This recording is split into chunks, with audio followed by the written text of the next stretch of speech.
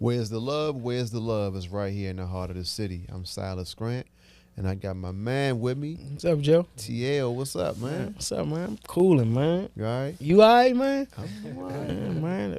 Arizona Cardinals and all that. Man, Nah, I ain't gonna go. We don't do that. I mean, I shit a lot of injuries, but I don't know what's going on.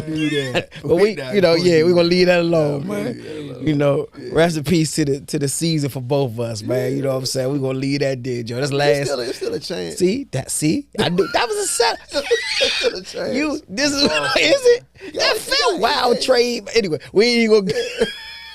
We just go agree to disagree. What's Shorty name, man? He man been on the Jets on. I ain't heard his name on one highlight. What they? Quentin Williams. Yeah, man, bum. He a D tackle. Yeah, I know. I'm hip to him. I ain't heard his name the whole season. I done watch a couple Jets games too, so everybody acting like he goes, oh, but stop with y'all. Like he Charles Haley or something. But that's what y'all do. Y'all always got to change. Don't I do understand that. You know what I mean? But anyway, I digress, man. How you all right? I'm doing good, man. Yeah. I cannot complain, man. Yeah, so we here, man. Another week in the shutdown too. Like I said last episode, man. Shout out to everybody braving the shutdown right now. You know what I'm saying? So yeah, man. It's definitely. I've been talking to some people, you know, and the stories vary based on people's circumstances. And you know, the thing that's been consistent is that throughout our entire lives, it's always been you can get a good government job, you're good. It's the holy grail. All that's been like, you know, it's upside down now. In our family, I was talking to a friend of mine today. Shout out to Al. Yeah. Al was basically saying to me how within his family, not friend, his family, some people have lost their jobs total. I mean, entirely. Then some people just furloughed. You know what I'm saying? Or, you know what I mean? Going through this in the shutdown, but just to see on a black like how this has impacted. You know what I mean? And then I think what's more pertinent to me as we, you know, lightning speed into the holiday season. You know, for my family and for all these other families, you know, that's gonna be something, man. And then also, you know, on a broader note, even like air travel specifically. Right. You know, when we talking about Thanksgiving, that's the biggest travel day or season of the year. Yeah. So I mean, I just hope that we can, you know, come up out of this, you know, before that. For real, man. And you know, I think in terms of holiday, right? Because we think about consuming, right? Yeah, purchasing. Sure. And I hope that this is a reminder to us to look beyond that, right? Yeah, man. Maybe if we don't have nothing else, we got each other, and that could kind of get us back to where it really should be. Yeah, 100%. And just, you know, last thing on that too, I just want to shout out everybody on my block. Everybody that came to the block on Halloween, man. I had a good time. Yeah, man. That was beautiful, man. And I just really, that felt good. And in this moment, I just feel like that was needed. You know what I mean? That was needed. That's to your point, the things that really matter, right? Yeah. When you talk about community, family, friends, neighbors coming together to help each other, man. So, yeah. And you know, it was incredible to see like you at the center of that for your neighborhood, right? Because so many neighborhoods have turned over in terms of like gentrification, revitalization, and to see that you not just a part of it, but even the newcomers like really rely on you to be the glue for that. Yeah. So that was cool to see, and for your daughters to be running the hot chocolate station and all that. Yeah. Hey, bro, seeing Izzy like seriously do that. Self-helping out, like, yeah, man. Yeah, I'm grateful, bro. Yeah. You know, and that day was special, man. Yeah. You know, I appreciate everybody who came out. And you know, it's also, I think, it's an example of like what's possible too, right? For our communities in this city, no matter the influx or no matter the changes, right? Some things gonna continue to persist, man. You know? Yeah, that was good to see, man. So yeah, shout out to the whole Hanover place, man, for coming together. No question, man. You know? Yeah. So we got a homie in the house with us today, man. You know what I'm saying? Yeah, man. I think somebody that we often on this show we talk a lot about DC and its challenges and all that's faced those of us that are native to this city, and a lot of times that could become as if there aren't any shining examples though that come from where we come from, especially those behind us that are doing incredible things, but there certainly are many of them, and I think he's one of those people that I see in that light and in that way, and just really, really excited to be able to catch up with him and talk about his journey and of course the latest accomplishment, his latest contribution to the ethos, not just of the District of Columbia, but out into the whole universe, man. So Mr. Kavon Rayford, we appreciate you being in the building. Man, I'm happy to be here. Kavon Martez, where we going? How you let us know how we should be. Why not? No, they need to know that. You know what I'm saying? Yeah. Y'all the only ones that can go hold government. I got you. Man. I got respect for y'all. Like, I appreciate that, city, man. Yeah, I'm happy to be here. I'm happy to finally be, in this chair, just being able to promote, market what I've done and share my moment. I'm happy. I told you I reached out. I'm happy it all was able to work out. Yeah. So look, I'm gonna tell you something funny before we get into that. So last Saturday, right? Mm-hmm. I'm sitting in the house. I forgot me and my wife, and I said, "Damn, it's 4:00." I said, "Man, come on, I need you to," because I'm like, I ain't gonna find no park. I need you to ride with me. I need you to drive with me down the Navy Yard real quick. So we jump in the car, boom, boom, boom. We get in front of somewhere. So the dude outside on a ladder, I'm like, damn, man, the Buck sign over. He like, and look, mind you, the bullpen jump got a party, so it's crowded, all that. The dude, like, I done fought through all that traffic. Dude say, hey, he said, nah, he said, you told him, like, he like, man, it's tomorrow. I said, that was some but anyway, I just wanted to share that real quick, bro. I was trying to get to you, bro. You know what I'm saying? But before we, that fact, you hear me? I'm going, it's happening to me, dog. It happens. So let me start here, okay? Let me just I want you to talk to us about. Of course, you just released an incredible children's book, charting your love affair for, tennis shoes. I ain't on shoes and gym, but I ain't gonna say sneakers. Tennis shoes, man. We gotta kind of bring it back in a little bit, man. Home, but let's talk. I want you to start talk to us about Cup Set. Let me start there. Let's talk to us about Cup Set, and then we're gonna go back further than that. But I just want you to what was Cup Set, man? Cup Set was it was a good time. It was like 2014. It was us doing what I did now, reinventing ourselves. You know what I'm saying? From what you gonna ask me later about before that. It was just adapting with the times. Like, I think at the time. How old were you in that time? 2014, I was 24. Okay. Yeah, I was 24. Everybody was starting to get bougie from go-go. So, like, parties was becoming like, oh, we ain't going to the go-go. It was like, it was a transition in 2014, 2013, 2014. So, Cup Set was like, it was like the Lord, kind of like the rebellious crew. Like, they doing the dope parties, and how it started, it's like the best thing start organic. You know what I'm saying? So Cup Set started when we had a party for my birthday, my 24th birthday, I believe, in 2014. We had a big party for me for my birthday, but we had it at a mansion, right? Mm-hmm. But it was illegal. It was like a house for sale, and we got somebody's uncle house that he was selling for sale. We was like, so we told him, oh, we just doing a little kickback, it's just that. Yeah, man, we had a real party, like every room. It was like Project X, like, you know what I'm saying? It was like people in this room, people in the bathroom. It was like, and we had the hipsters mixed with the street dudes. And people never did that before. Like, the street dudes do the street thing, the hipsters. So with Cups, it was like, all right, y'all got the artistic crowd mixed with these thorough dudes. The thorough dudes happy to be around the artistic girls, like it was just a perfect blend. Sure. And long story short, it was the quickest party ever.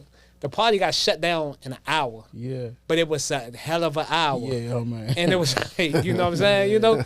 So it was like we named my party Cups. That was the name of it. That was on the flyer, like red cups. That was the theme. And then it was just trending like on Twitter, cups. Then my man Sean was like, man, we Cupset now. Mm-hmm. And it was like, man, we about to do a party. Everybody was like, it was lit. That was the best party. I don't care. It got shut down. Then we was tried our hand like 3 weeks later, like, oh, Cupset party. And we started doing these parties at like the Navy Yard. And it was just a hit. Like, you know, it was just the times you can get away with those type of movements. Because it was Cupset had like a year run. Sure. It felt longer, but it wasn't a long run. Yeah, it was a long run, but we got what we supposed to got done in that year. You know what I'm saying? As far as like having a movement. So that's Cups in a nutshell. You know? No, but I think too, I mean, one of the things, I mean, as you talk about too, I mean, you classified as sort of people, you know, getting bougie with go-go, stepping away from go-go, but it's also was like the advent of like, you know, our local music scene was like growing. So it was another alternative to that. Yeah. And y'all generation more so than ours, you know, again, you know. Yeah, it was transitioning to rap because it was funny. It was popping so much. Shy just pulled up. And Shy was hot in 2014. Right. You know, he's still doing his thing, but he was hot. So he just like found out about it, just pulled up. We gave him like the VIP treatment, like come on in, like it wasn't like everybody was kind of like trying to figure what this is. So it was definitely like the rap scene was popping and stuff like that. So it was dope. It was dope. Cups. I ain't talking about Cups. Yeah, man, got to. Yeah, nah, because I think I mean one of the things that again Silas us to talk about a lot is about sometimes, you know, when you do things. In the moment, you just, again, they're organic. You just doing, you just being you.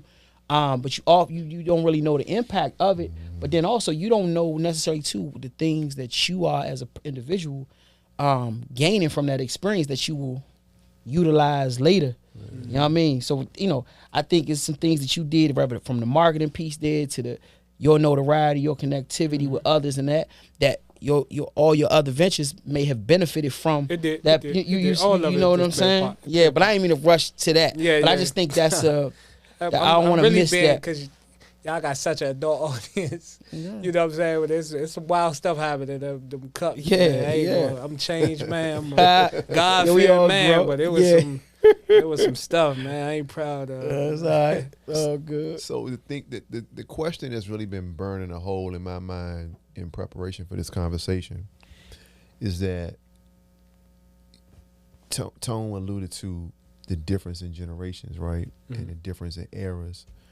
And in your era, it became a thing to label yourself as a creative, right? That's how I feel, right? Their era was kind of like the era where everybody was calling themselves that. And I felt from a distance watching it that there were more people labeling themselves as creatives than there were people actually being creative. I agree with you. Like they have interest in things, but that don't make you a creative, right? Creative is about you got to actually create something. And you are a person that I think you are the latter. You are labeled as a creative, but you actually created a lot of things that your entire generation benefited from. Yeah, 100%. So as you transition from the go-go to the parties and then all the other things that you got into, talk to us about that path that I believe is a courageous path to move into like, hey, I am a creative and here's what I want to show to the world. Yeah.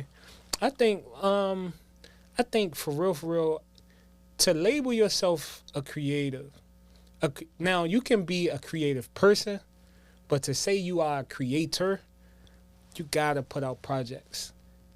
And I don't care if they're not successful projects, because there's a lot of people projects that I follow that may not get the notoriety I got, but I'm like, nah, y'all just not hip. Right. They dope. Yeah. You know what I'm saying? So I got all type of friends. So you kind of gotta step out of your comfort zone and really like learn what's going on. Like I got friends that's actual directors and they got short films, so they done brought me into like the film festival. Like I go to a bunch of film festivals in D.C. that people don't know about. It's so like what I'm saying is like it's a difference from being creative and being a creator. You know what I'm saying? And I think like for my path and being courageous, bro, I really step out on faith. You know what I mean? Like I made this book, and it's been a great project. You know what I'm saying? I think I'm here because it was such a great project. I've been everywhere because it's such a great project, but I didn't think this while I was creating it, that I'd be like, have a moment where people like, you know, you're a creator, you're doing it. You gotta get those ideas out somewhere, somehow, some way. So if it was only 15 people that was like, you know, I like that book, I like what you're doing, and it didn't go bazongas, I would have been content, because that's what you sign up for as a creator. You know what I mean? Yeah. And I think sometimes, not that I would jade anybody for this, a lot of people want the creator swag. Yeah. And not the work. That's what I was getting yeah, at. yeah. They, you know, and my sure. whole thing was funny, Silas. I'm only creative maybe 1 month out of the year. I like being a regular, just like sometimes you need to collect data to be creative. So I like, you know, going to the movie solo or watching old movies over and over and over. I like to go sit at coffee shops that I've never been to and write and look at stuff and do my research, meet some people, tap in with other creators from other cities. That's a big thing that people don't do. Like I got friends in Boston, and I'd be like, hey, I just want to come out there for the weekend, bro. Like I'm gonna chill with you. I'm gonna just see what y'all do and how y'all get down. So, but it's like people want to walk around like, you know, I'm a creator, I'm so swaggy, I'm this, and it don't like, what the, you know, what have you done, bro? Like, what, you know, you gotta show and prove too. Yeah. So I sure. classify myself as a real creative, that like every project I've done had a start, had a middle, and had a finish. One thing you said that just prompted a thought that has been in my mind off and on over the last 20 years, right? Again, going back to that transition from the go-go to the parties. When the go-go, and every era has its phase of like where they inundated with that, and then they kind of transition to the club, right? Mm-hmm. One thing I've noticed is that in the go-go world, there's more accountability, just because of like people know where you from as a result of you being in the go-go, right? Who you come in there with, you know, what hood you claim, whatever the case may be. And there's a level of accountability that drifts off when you go to the club scene, because like you can become a new person. Be whoever you want. You can be whoever you want, or it's more likely, right? Yeah. So to that point of the self-proclaimed creative versus the creator, I see that sort of like space created, no pun intended, for people to be whoever they want to be without accountability in the club scene versus in the 100%. go-go scene. You had to be who you say you are. But see, what's funny is I used that to help me, because I was who I was before. Yeah. And I was prominent at the entry level of culture for our generation. So we after Tony's. Like, you know, y'all seen y'all did the work with Keem and stuff like that. Yeah. And that was one of my favorite interviews.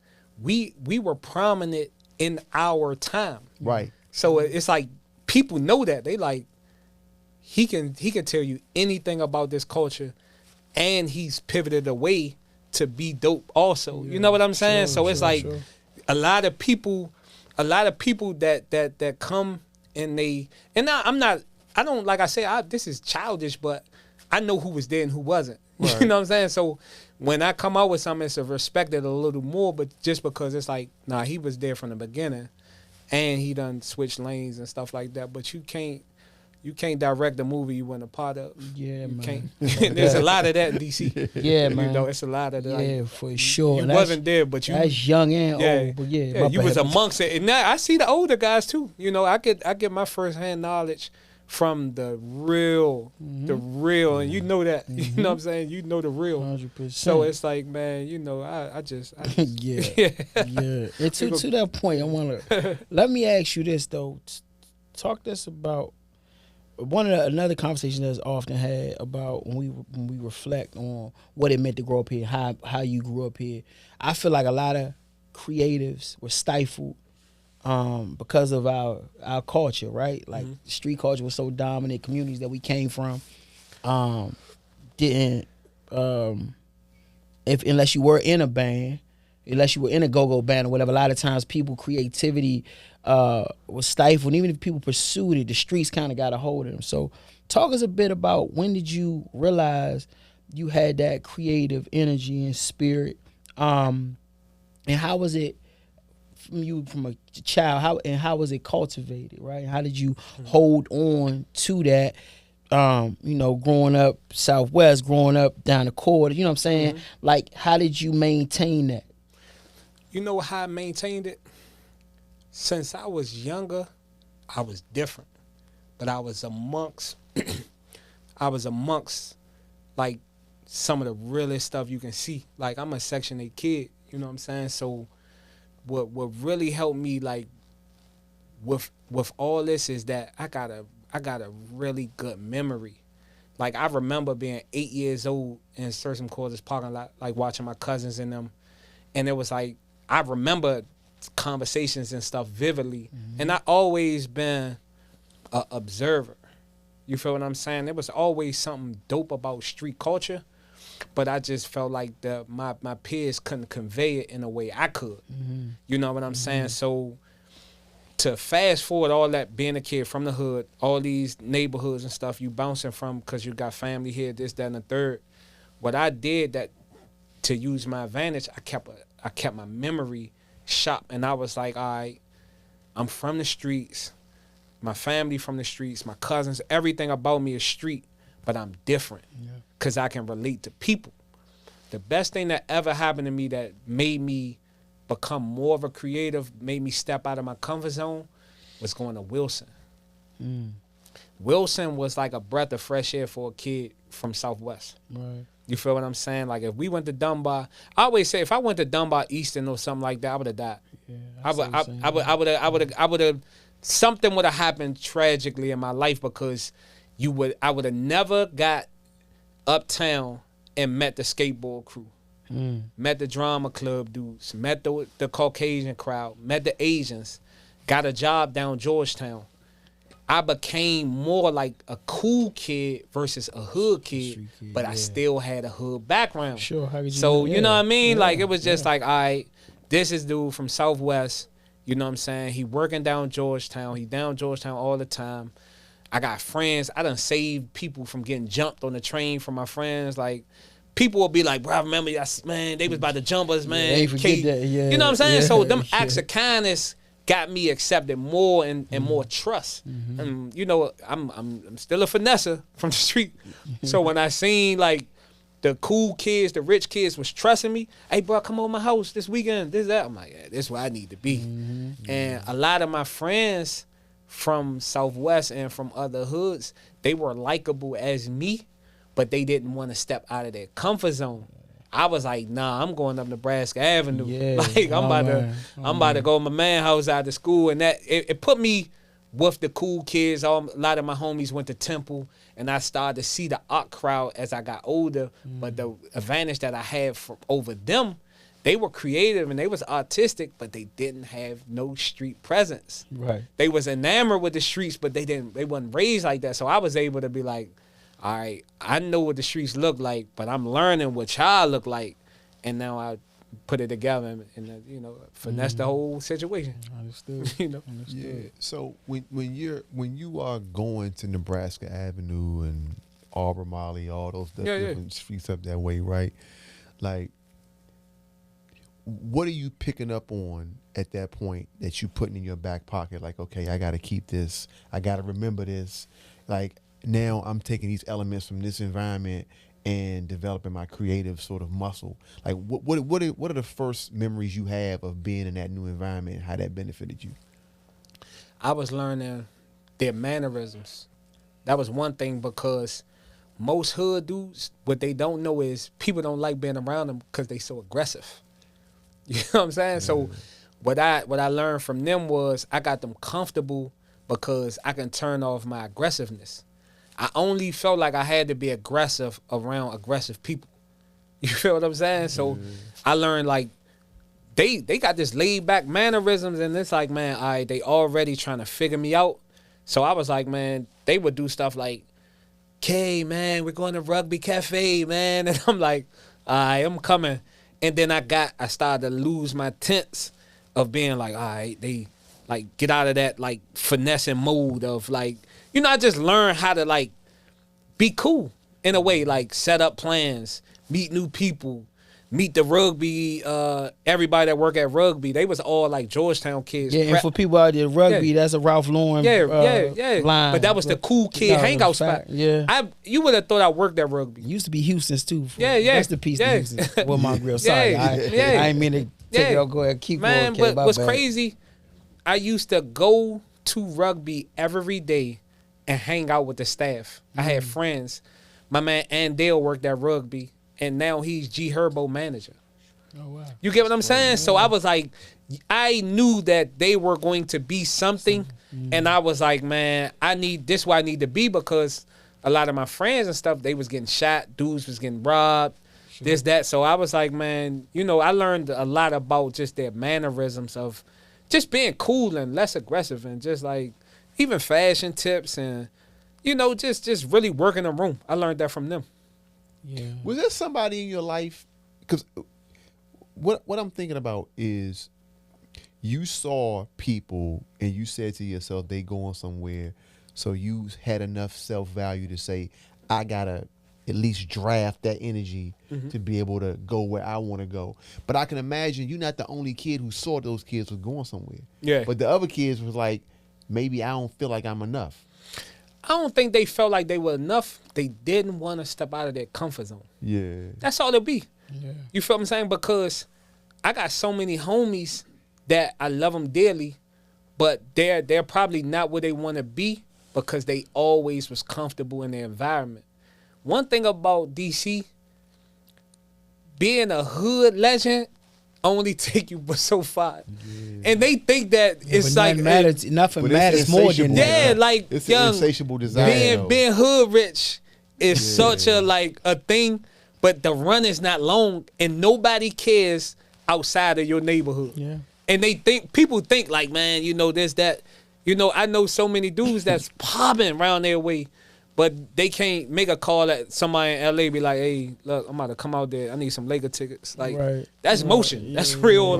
sure. You know what I mean? So it was like, when I seen that, I was like, by Southwest, like, I'm gone. I mean, like, I just was like, the world too big. But I got homies that I'm like, if they only knew that they can be likable in this world and get what they want, if they just kind of like learn some new, like get some new friends and step out. Yeah. But that's how cookie crumble though, So I mentioned Cup Set. All right. So now I want to sort of jump forward to 33. Talk about that project. But of course what it was, right? Shit, what it is. Yeah. But it was you pay homage to something and through that piece. Mm-hmm. So can you speak to that? And then I guess also like speak to also like what did that spawn for you personally? Like what did you sort of take that? I can definitely tell you that. So with 33, that was really for the neighborhoods. That was a neighborhood project because I felt like, when I did it, everybody could relate to 33. And it was such a like, what's good is when you able to say, all right, you got a documentary, right? You got this project and you like, all right, how can I make it relatable for everybody to feel a part of it? That's what I do with my projects. I make everybody feel a part of my project. Mm-hmm. This is why they always successful and I take my time. With 33, all the hoopers, all the people that have outside culture know about 33. So, I used the documentary to put the life lessons behind it with like being by yourself in the game, having to do this, having to work on your game. Yeah. Then I added the component of Patrick Ewing, which was dope because that's somebody now I can use him as a figure to market the project. True. You know what I mean? And just the process of making 33, that's when I became an adult. You know what I'm saying? I'm gonna tell you why, because after 33, I did 33 with a production company. They used to be down Union Market. It was like a creative agency. It was called Advocate. Yeah. That was big boy production. Remember the first screening? Yeah, it was big boy production. I did it with a guy. We collaborated. His name Lloyd Foster. He's amazing photographer. He does stuff for like National Geographic. He traveled all over the world doing pictures. So that was the first time. My first biggest project, I would say, was 33. That was the first time I got a chance to work with masters of what they do. After I worked with masters and I seen what a production crew looked like, okay, hey, K, watch your step. The camera cost $65,000. Right. You know what I'm saying? Right. They gotta hire somebody for sound. This, that, and the third. Like the photography. It took us a year to make a 7-minute documentary. When I was going through that, I grew up like, this is not your cousin with a camera and walking around, hey, y'all want to do an interview for this? We had shoot days. We had times to be places. We had the screening. We had a rollout. We had a marketing budget. After I did that, I graduated and said, I will never do nothing again under this level, no matter who asks me. So I've declined over 30, 40 projects because it's not of the level of how Advocate was. Yeah. You know, shout out to David Ross. That was the director. You know, and it just like, it was like I was able to grow. And it was like all the pieces fell in place, just making everybody feel a part of it. And, you know, what good projects would capture everybody.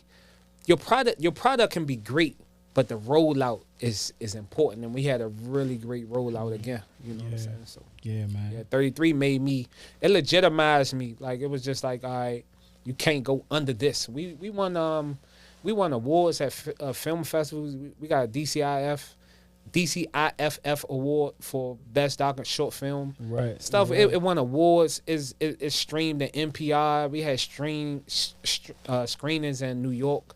Man, it was just like, you know, it was just that level. You know what I'm saying? So yeah, you know, it's like I couldn't go back, couldn't go under. I grew up. And what's the difference between, or is there a difference between K the creative and Coach K? Hell of a difference. I be cussing them kids out. I'm really famous all over the world. My daughter was watching a video of you one day on YouTube, right? Yeah. and so I'm just kind of in the background, and she's watching it, and I'm looking, and I'm like, that's K. Yeah. So I stopped it and rewind it. I'm like, Molly, that's my friend right there. She's like, for real? Yeah. I'm like, yeah. They call me the crazy coach. I be at tournaments taking pictures all over the country. Like, people know me. We went viral because I had them doing push-ups for missing layups and stuff like that. And it's a difference. I love my team. I got a really talented team. Like, I got the #1 team in the country. And coaching them. Yeah, that's what it was. Was it one of the kids on your team was the #1 player at his age too, right? Yup. So the reason why it's a difference because right after my last whistle for practice over, I'm back loving. I'm back, hey, I'm back mellow. But in that 2 hours, that hour and a half, I'm disciplined because regardless what anybody say, and I'm going to speak to my black boys, my black young boys, I believe in life, our sons, our black sons, can do anything they want to do in life if they master discipline. Discipline is the core value of a good life. If you don't have discipline, you don't have nothing. Discipline is the choice you make when you wake up in the morning. Am I going to sleep in? That's discipline. Am I going to eat some bullshit? It's discipline. Am I going to disrespect my parents? Discipline. How you treat people, everything is like, I believe that's a core value. Yeah. So when they understand discipline and being held accountable early, they're going to be successful. Yeah. People that neglect discipline are losers. To me, that cut and dry. Like, it's like all of us got family members that we love dearly, but they lack discipline, and we have written them off as you don't want to have discipline in your life, and it's nothing I can do to help you establish that. I love you, but you're not a disciplined person. You know what I'm saying? So I'm super hard on them off that fact. Like, the one thing y'all gonna learn from me in this time that God put me in y'all life for these next 2, 3 years, 4 years, 5 years, I became a disciplined player. Yeah. And a man and a person. And, you know, granted, I feel like they'll have a great life. They'll make better decisions. And your first team was what, 6 and under or something like that? Mm-hmm. Yeah. Yeah. Rec ball, man. Yeah. And I done transition, went all the way up to Team Durant and leaders, and now I got the #1 team in the country, and I started at the entry level. Yeah, look at that.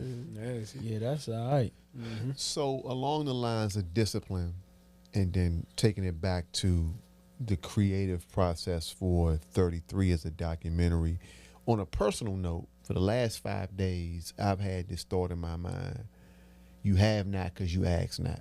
Right, it's just been playing in my mind like the last 5 days, right? And I want to bring this all together to be able to pose this to you.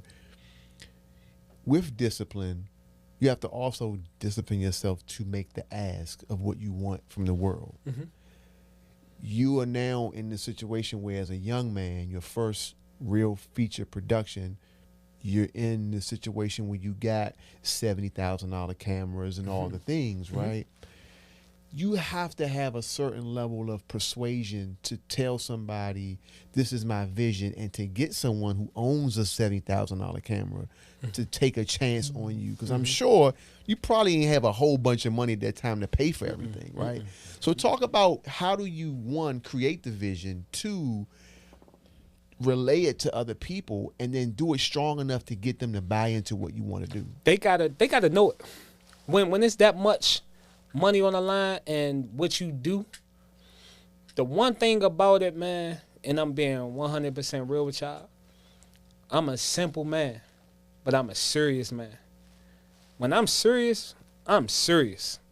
I will retext you, I will double text you, I will call you, I will have all my I's dotted and all my T's crossed when we sit down. And this segue, I mean, I don't want to move the podcast fast, but I'm going to give you a great example. And I'll send you guys this clip. I did this book, my audio book, with an established actor, Hassan Johnson, right? You should have got me to, anyway, go ahead, man. I'm playing. I could have, though. I'm just playing, I could have. I'm playing, I promise. I'm Yeah, playing. so before I reached out to Hassan, I did all my homework. I got all my money, my marketing, my budget, the this, the that. I got my legal team to draft up the proposal. Everything that I had to do, I talked to my financial advisor. I talked to, my lawyer, sent me over something that this is how a contract looks going to an official actor. Right. You feel what I'm saying? So once I made that move, when his agent seen how I went about it, the respect level was already there. Yeah, it wasn't let me holler at you. Let me holler at you, Slim, man. Yeah. That's a DC way. Yeah. I mean, his DM, man, what's up? I never DM'd that man a day in my life. Right. I went through his agent. We had a conversation. Here's my offer. They rejected the offer. Sent me another offer. Like, hey, it's going to cost you double of what you plan. I sent back an email. Hey, give me some time. I'll get that number. Just give me some time. I'll communicate through the process. I hit them back 3 days later. I got the money. You know what I'm saying? The contract sent over. And that's what, when you don't have it like that, because eventually it's going to come a time when somebody had to take a really another huge chance on me. I want them to know, like, man, I'm serious, man. I'm serious. I'm not playing around. I'm doing research.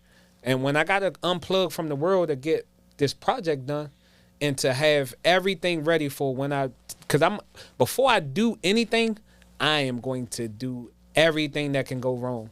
That's what type of person I am. So tell us about, though, you talked about doing the audio book, right? You said, but tell us about the book and like what made you want to produce a literary work, right? Versus, because you could have did another doc, right, on the subject matter of the book.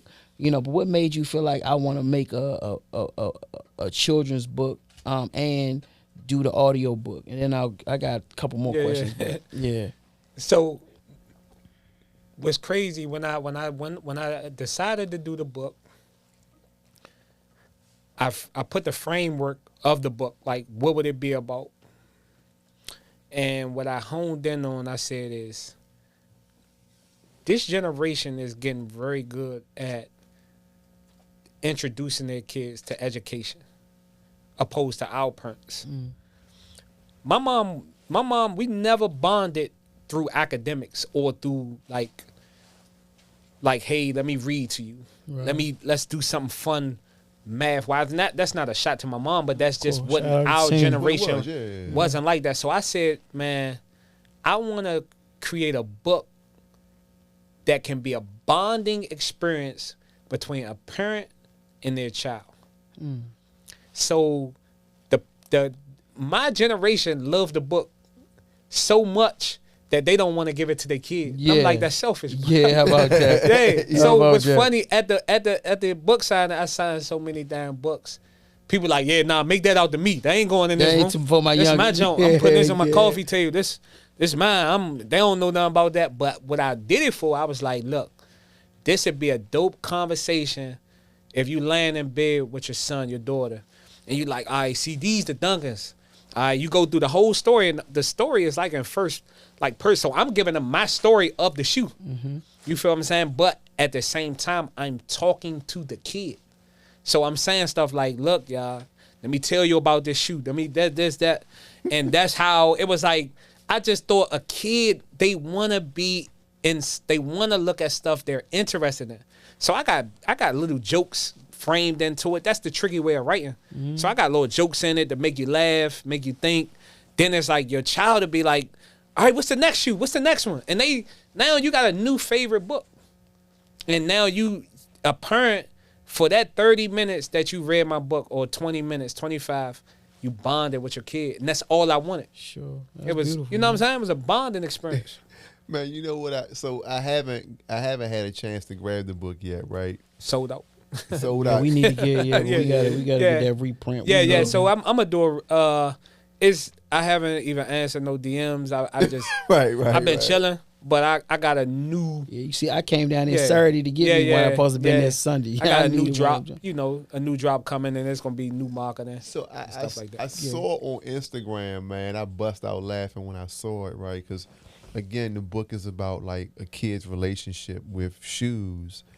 And the assumption is that you're going to point out specifically and strictly your favorite shoes, right? Yeah. But I was on your Instagram and you had a pic of the Wavies. Yeah. And I was like, like, you know what's crazy, right? Everybody give the Wavies the blues. But it's that Turbo moment. sneaker. It's that moment in your life, if you in that generation, this was the shoe you didn't want, but your peoples was going to get you that shoe. Yeah. So I appreciated the vulnerability and the honesty around that, because for your generation, you probably can't tell the story of shoes without the Wavies, but as bad as they are. If you read, did you read that I ripped them? No, I ain't see that. I don't think. So that they was put in the book, but they was totally disrespected, like far as like this the worst shoe. Oh, no. Yeah. You said, I thought you meant like literally ripped them. No, I did. I read that. So that was like, that was just writing, just being like, just like a little strew of like, all right, the book, let's take a turn and give you like a funny. I appreciated that. Yeah, like because it's like, session. For our generation, it's like the Jeepers. XJ 900s and all them type of junk. Yeah, you know, we was not wearing Wavies. So so all right, but how many shoe? I want to ask you which shoes. I want to read that. But how many shoes do you focus in on? I only so I put 15 sneakers in there and boots, between sneakers and boots. Right. The only reason why it's so much more I could have put, and maybe in years from now I go, hey, part 2, but it was like, kid, you're not gonna have their attention for long. Sure. You know what I mean? 15 with good writing, they ready to go to bed. Yeah. You know what I mean? Yeah. So it was like, everybody like, hey, you supposed to put this, that. Nah, it's not for you, bro. It's for these kids. Right. This parent don't got all night to be you know, going through 35 pair of sneakers. So I just thought 15 was a great number. It wasn't all of them were my favorite, but it was some of my favorite that stuck out to me. I got you. So let me I'm gonna say a name, and I want to know, you tell the audience who this person was to you, and then his impact on you, and you know, as it relates to the book. Mm-hmm. Jose, my guy, that's my guy. That's Jose, my cousin. God rest his soul, man. You know, his birthday was yesterday, actually. Wow. God rest his soul. Jose was the cousin that we all wanted to be. You feel what I'm saying? He was special, man. Mm. Like, don't you know when you be thinking, like, when people die, and it be like, I hate to say this, because it's not from a disrespectful place. He actually came to me in my dream before, and we had like a dope conversation. Some people be a little bit too much for this world. You ever felt like that with certain people? Like when they die, you be like, I can't picture this world with you in it like that. Like you just was he was like a magnet, you know what I'm saying, for us, you know, his core friends and us that's younger than him. We all was magnetic to him. All his friends come to his house. All his cousins talk to him. All of us want to be like him. So it was like, what's crazy is like, in a way, I felt his void amongst my cousins. I feel like him now to my cousins. Mm-hmm. Well, all of them, I'm never that void of like, that's my big cousin. I'm proud that he my cousin. Sure enough. I want to be like him. I look up to him. You know, I feel like the light of my family now. But him, for me, I just remember him being a kid and watching him, and I showed him love in the book. Yeah, that's beautiful, man. Yeah, rest in peace, Esco, man. Sure enough, man. Yeah, you know? he had that little squeaky voice. Yeah, man. For sure. Kavon, what you doing, man? Man, you know, so rest in peace, that's man. my guy. Yeah, love no question. Kate, so you 35? 34. 34? Mm-hmm. All right, so one of the things we talked about on a couple of different episodes on here is how paying homage to DC culture in particular and the nostalgia, right now it feels like it's owned by the 45 to like 60, where like everything that's DC is defined by that generation of people, right? But y'all are coming along where like y'all are getting older now and becoming the elders. Becoming a takeover. Right? So I imagine like everybody else, you get on the gram and you see all the pages dedicated to like nostalgia for DC, and it always feels like it kind of miss y'all a little bit. Talk to me about how do you think the rest of your peers are going to capture what DC means to y'all? And I'm going to follow up once you finish that. Now, I'm saying this out of a place of humbleness. I feel like the city has anointed me the person to do that. Because all my projects are written in culture. And they big projects. And they want me to share that culture. You feel what I'm saying? Like, hey, bro, you made me feel like I love what you're doing. And what it does is it opens the door for other guys to be creative, to show that 09 to 2015. So more people are going to start sharing that story just by being like, all right, K kicked the door down for our little generation. And it's stuff on the horizon for me to show it on another level. Like probably like in like 3-4 years, I already put it in my mind, y'all getting exclusive. I'm gonna do like a live play of, you know, like Team Major and stuff at Arena Stage. I'm gonna do a whole production play. You know what I'm saying? I'm gonna work with Duke Ellington on it and stuff like that. So that's a way to, like, you know, that's like one of my future projects. I haven't wrote anything or did anything on it yet, but that's something I'm gonna do. Because Tony and I, we in a group chat with 3 younger guys that are about your age, right? And sometimes like we'll have a conversation about just music and go-go, and like they'll talk about their era. And they'll mention different bands, and obviously we are aware of those bands. They be like AAO and all that stuff. So it's like, but the thing that I noticed is that you guys grew up in an era where social media was more mainstream. It was more. We the last of it though. We didn't have fast social media. Okay. You know what I'm saying? So we the last of the Mohicans to be like, we was outside without it. Yeah. Yeah. You know what I'm saying? So we the last one that could tell the story. I feel sorry for these kids because they're not gonna be able to tell the story because the story's been analyzed why it's going on. But to that point though, this is what I was getting to. You on it, like you said, you on the top end of the group that has social media like more at their fingertips earlier, right? Y'all could come along and really change the narrative because it's more of y'all and y'all got more footage, right? So whereas Tony and I might be like RE or Backyard or whatever the case may be, y'all could come through and be like TOB, TCB, or whatever the case may be. And we would have no choice but to actually sit back and have to watch y'all express at a more grand level because y'all got more resources and more footage from y'all time period. We do. That's true. But you know where y'all got the advantage at? What's that? That's why I surround myself with a lot of older people. Y'all are way more organized and patient. Really? You think so? I 100% know that. One thing about the older crowd than us that step above, they understand like how to tell a story better. I see what you're saying. Yeah, it's like, man, and that goes from the people. My grandmother, do you know my grandmother Sugar Baby? Yeah, for sure. Yeah, she is Sir called as legend. 100%. She took care all the junkies while I was next to the junkies. Yeah. I slept beside junkies. So this is the wisdom. Do you know what wisdom you get from a junkie? No question. At 7, 8 years old? No question. You know what I'm saying? No question. My uncle was the neighborhood junkie. Capdos, Pudgy. Yeah, rest his soul. Man. He was the junkie. He's the Pudgy, man. Pudgy more drunk than a junkie, but and he loved me. He was right. everything. He was be honest. I ain't gonna cut. I ain't gonna put no cut on my uncle. No, it's real. That's and real. he loved me so much. Yeah. But picture your uncle coming high. You got on your long johns. He wake you up every night, want to talk, dance, laugh.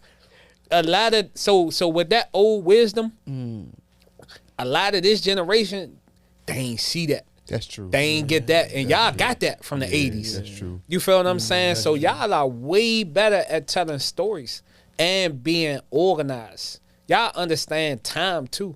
Like, one thing about our generation, and that's bad, we always in a rush. I hate rush kind of microwave. Yeah, it's just quick. Hey, I'm about to get my man to do this, that. Yeah. I know so many people that started documentaries, and they be like, "Hey, K, what you think?" And I'll be like, it was terrible." Damn, bruh. Man, I'm like, bro, like, you don't have no story. You got footage, but you didn't take your time on the story. You didn't take your time on putting it together. And I think the stuff that I see, like the older blogs and stuff do in DC now, I'd be impressed. Like, all right, they gonna get who they need to get with. They gonna connect it. They gonna this. They better at that telling stories. I think our generation need to really hone in on that. Slow down a little Slow bit. down and just put out good work. Yeah. I'm we talking about, your maturation, your journey. Tell me about, just how you feel about not having to take no trip to FCI Schuylkill no more, to not press 5 no more, to not log in the core links. Yeah, I just and what was the impact of, being a child of an incarcerated parent on you and your fight and supporting your father during his incarceration, and how you felt when he was released from federal prison, having life without parole, and then how has it been since he's been home? I know that's a lot of stuff, but talk to us a little bit about that. What's crazy though, Tony, you know what's funny? We got a lot of things in common. Like, people don't know that you and I got a lot in common. You know what I'm saying? Like, I want to say our fathers was cellies at one point. Yeah, they were like in Long Park. Yeah, they had Long Park. They was actually roommates at one time, and they got a lot of respect for one another. So that's for us, for them to see this, they gonna be like, wow, like, you know what I'm saying? Like, our whole genetically has changed. Like, where we ended up, look what our son's doing. Like, that's a dope moment in itself. But when my father got out of prison, I'd never forget when I got that call. I wasn't as emotional as I thought. I was relieved. I was just like, all right, he get some time. I was hurt because I have an aunt. I always post her. Her name's Sandra. Yeah. But she's really like my dad and my mom, grandmother. So I call her grandma. Right. I give her that respect as my grandmother because my father's mother, you know, some stuff happened back in the 80s where, you know, who knows? I don't know if she alive. She been gone. And I'm going to leave it at that. But a year before my father came home, my aunt died from cancer. And she was waiting. She was fighting. And to see somebody you love die from cancer is the most hurtful thing in the world. I'm talking about, it's nothing you can do. Like, when they get hospice and stuff like that, I watched her last moment. Like, you know what I mean? And I enjoyed that time too, but that was emotional for me. So I cried for that. Like, damn, because it was like, man, she tried, bro. Yeah. She tried. But for him, I was really relieved. I was just happy to see him home smiling, and I didn't know he was going to hit the ground running that hard. Like, you know what I'm saying? Like, he probably was driving in 2 weeks. Like, he ain't like, he got a phone, you know what I'm saying? And it just be like, I'd be happy, man. Like, my father, you know, we very similar. Like, people, how you and your father like twins and like mannerisms, that's me and my father. Everybody be like, yo, that's your twin. Yeah, for sure. Talk alike, act alike, this, that. You know what I'm saying? Like, so, man, when we meet up and we just, the simplest things, like us getting dinner, I just be tripping out, like, watching them and stuff. And he just think, what's funny is, like, my father, he still got, like, some of that 80s, 90s swag mixed with, like, modern. Yeah, of course. So, he be, like, having his phone, 3 phones laid out and this, that.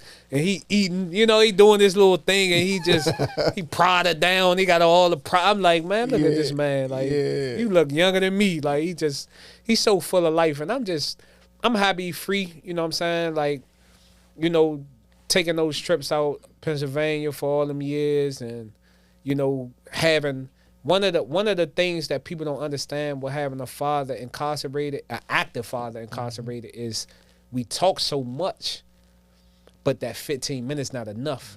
And it's a reminder of where they are. So it was like somebody giving you a life lesson and you just so in the conversation, and then that you got 30 seconds remaining, like that joint hit you like, damn. You know what I'm saying? So now that we don't have to do that no more, I'm blessed. I'm happy. Like, I like to just see him doing him. Like, you know, we don't even be around each other all the time, but we check in, and he be just doing his thing, man. He happy, man. Yeah, you know what's incredible too about that, what some people don't also understand, I mean, just listening to you, is that, you know, once upon a time, you know, especially for the length of time your father did, over 3 decades like mine. And, you know, you at a point you want them to come home for you, you know? Growing up, you kid, you know what I'm saying? You need them to come home for you. But like when they came home, we men. We men. Man, so now it's really more it's about them. And it's about you happy for them. My son was just with my father last weekend. They get that, he get that time. He called him, I be damn jealous sometimes. Right. And our granddad, you know, we at a restaurant. He gave me some money too. We go get some shoes. I was like, Yeah, You see, man, let me get $100 or something, pops, you know. But no, I'm just playing. But Yeah, you know, man, like that's dope for him though. Nah, it is. It's incredible Yeah. for both of them. You know what I mean? And you know the same way with my dad, with my girls, and I'm just happy. You know, I remember those texts, man. Different things came up in court, and we saying we praying like, man, I hope this the one. Or I'm saying, I don't know, man. Yeah. Don't get your hopes Don't up, get man. your hopes up. Pray for the best. Nah, All of the type of that doubt been there though. Crazy. You done had them doubt days, them times where you get rejected. Yeah, man. You know, Yeah, but man. I knew my father. You ever seen my father like penmanship, like a letter? Yeah, man. Listen. My father is probably the smartest dude in the world. Listen, man. This we talking about. You know, fucking 30 years for real. Yeah. 25 years of mail. That mail came to me. Yeah. You know what I'm saying? Yeah. No. Yeah. Tone, hey, Slug, man, send this to your father. It's a brief I found. So I'm Yeah. He shocked. I mean, you feel what I'm saying? I had full confidence that I know that he's smarter than 90% of lawyers out here in law, and just like he's just smart. Yeah. You know what I mean? Like, and it's amazing. I mean, you think about what, you know, we people, you know, general public, or even people that has not been impacted by this in the way that we have, but like, you talking about somebody was literally fighting for his life, right? Fighting for his life and his homie's life, literally, right? Yeah. They fighting for their lives, and you know, out of all of the things that I fought for personally too. And when I would see people benefit from certain things, but when certain people would benefit from, you know, get out or get a sentence reduction, whatever it would be, I wouldn't get excited because I would say, nah, that shit ain't like this. Yeah. But it was when they came home, bro. Because I'm telling you, it was fleeting. I never lost hope, right? Yeah. But I was on the like that joint did something. It gave me a jolt. Yeah. It gave me a different gear. I said, "Oh hell no!" Nah. The fact when they got out, man, that rejuvenated me in a way. Yeah. You know what I'm saying? It just really, I knew. I said, "Yeah, nah, we gonna get if that and what they were able to not accept the first denial and go back and went to the Court of Appeals and got that ruling." Man, not only did that open up the door for like my father, but for a lot of other people. A lot of people got hope from them. Oh my God, it gave them away. Yeah, and you know what I'm saying? I think that Tones, who he is, him coming home and what he meant to federal prison D.C. guys. Correct, and he like to play this down. Yeah, you know, and people not from D.C. Yeah, he's a serious. That's my uncle. I love him. He's a serious guy. Yeah, for sure. When I felt like he gave a lot of people hope too. Yeah. Like they let him out. Yeah. All right, I'm coming home. Yeah. You know what I'm saying? Nah, for real. Like, you know. Yeah, man. And it is a real blessing, man. So shout out to E. Yeah. Shout out to Tone, man. You know what I'm saying? My pops, my uncle. Yeah, man. Real talk, man. Glad to have y'all back, man. Yeah. You know what I'm saying? Yep. Yes, indeed, man. We I think as you were talking, and Tony brought the conversation to your dad re-entering society, I can't help but wonder and think and maybe conclude that many of your projects, from my perspective now, kind of hearing this, it makes me wonder if the projects that you've been a part of, that you've spearheaded, are really targeting the younger Kavon. Definitely. Right? And with that, in this time right now where in D.C. the conversation around public safety, crime is centered around children, there may be somebody watching this that doesn't have the perspective that you have, being a child of an incarcerated parent, right? Being a creative, being a creator, right? And being a leader in your generation.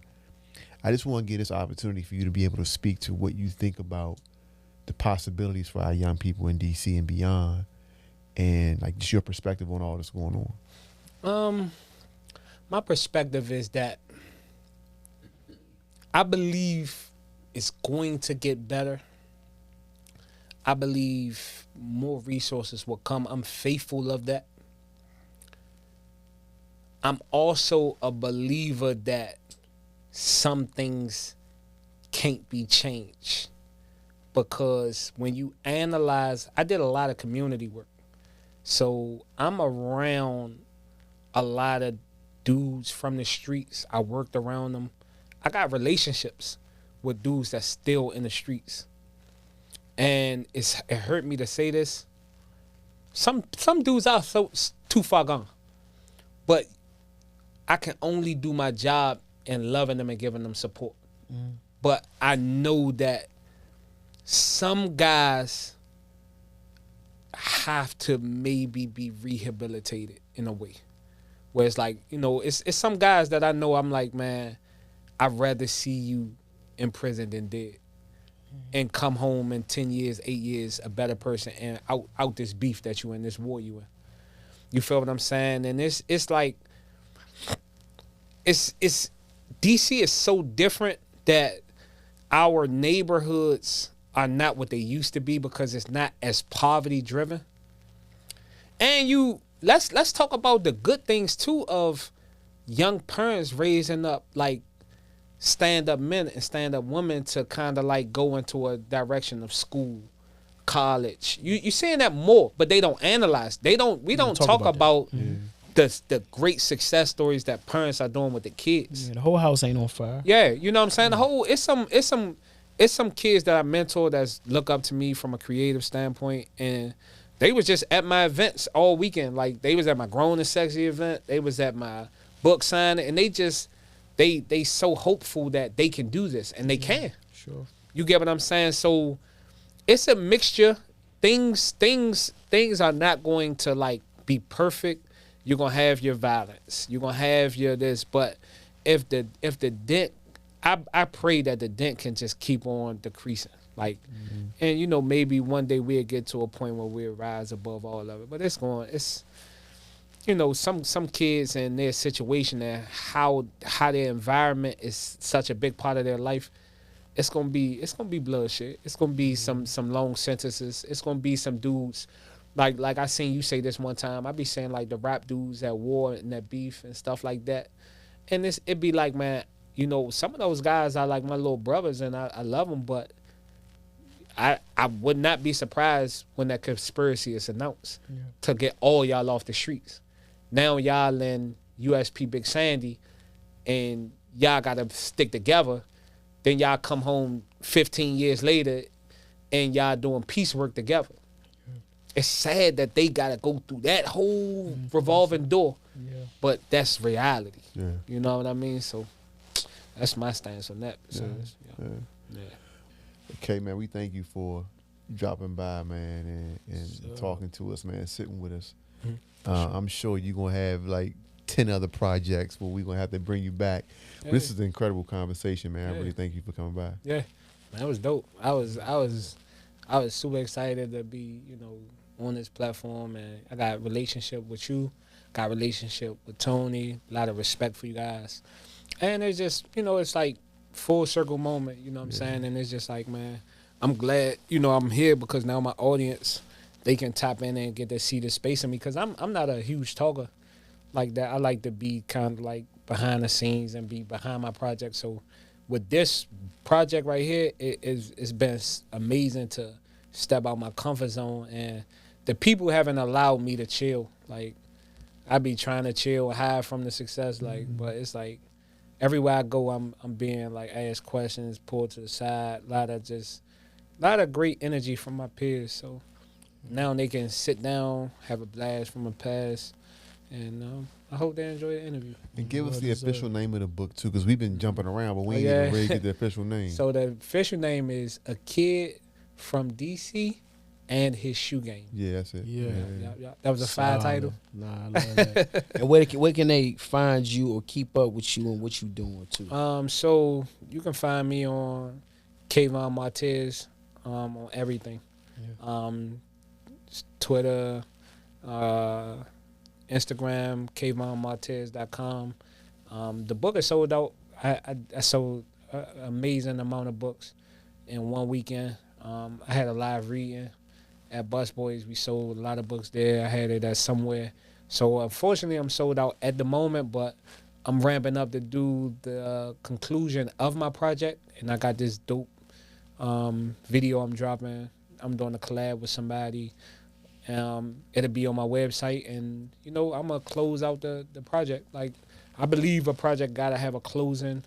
So I'm gonna close it, and it'll be available until I feel like, all right, now I gotta I'm not making this anymore. So and the audio book is on Audible, or how do we access that? The audio book comes out Black Friday on Amazon. Okay. Yeah. Okay. Cool. Yeah. I'm ready for that. Appreciate you, bro. Yeah. Proud of you, Yeah, man. thank you. No doubt. No, same, Thank man. you. I'm definitely Y'all, happy to see you. can I ask y'all this before we end? What did y'all think about the project? Like, from just watching it, seeing the marketing, like, what do y'all think? I thought I loved the concept. And part of me wanting you so badly to come on here too, and I salute Weebay and all that. Yeah. But I want that people need to know that's I want you to be centered, and I don't mean that in no disrespectful way. That's real. You know what I'm saying? And because you deserve that, and so I. But that ain't saying I thought the rollout was dope. I thought the live reading was dope. I thought having the joint at Somewhere was dope, and that ties in the whole shoe culture and everything, man. But I wasn't surprised at none of it either. Right. Yeah. I like the behind the scenes joint. I thought that was incredible when you Yeah. walk from your building to Somewhere. Yeah. Everybody loved that. Nah, that was me. That was me. 'Cause And it was raw.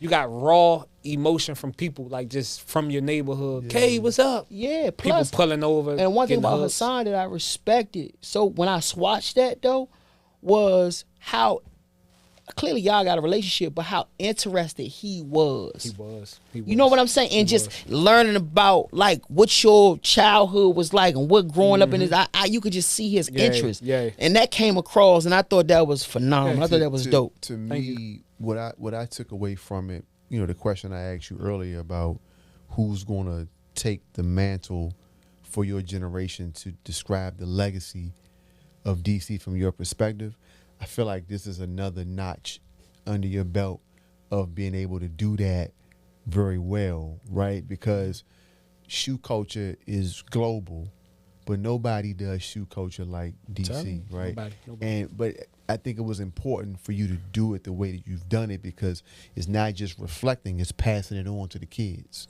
So all of that I think is important. And when I saw you, what's the joint called? Is it called, when they ask you about the fits? Oh yeah, Fits from the Street. Fits from the Street, yeah. To me, like, stuff like that is important because, like, you not a everyday average person, right? But you also not a person that's pushing celebrity for yourself. So to have you stand stand your ground on that platform and like, I do it, right? Yeah. Like, that was important for us. Yeah. So I think everything you've been doing so far has really been about us, and this is another notch to that. So that's that was my takeaway from it. So, Yeah.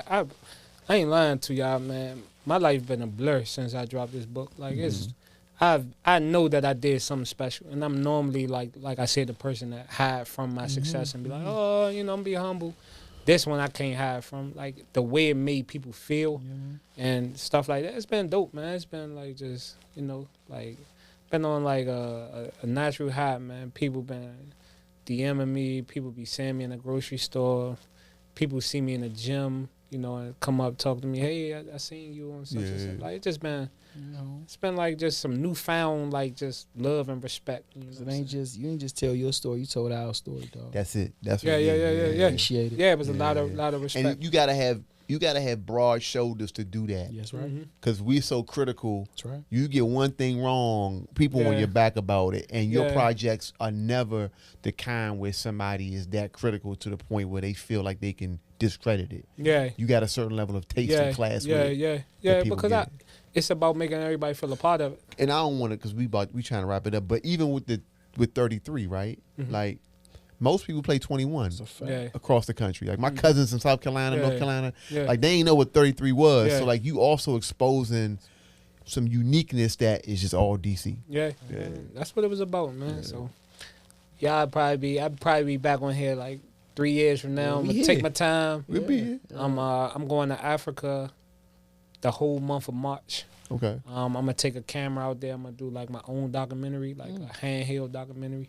So maybe that might be maybe we might be back if I put it together right way. We're looking forward to that. Sure you will. Yep. So listen, thank you guys again for always listening and watching Heart of the City. Please tell a friend to watch the show. Like the Instagram page that we have set up, the YouTube page, subscribe to it.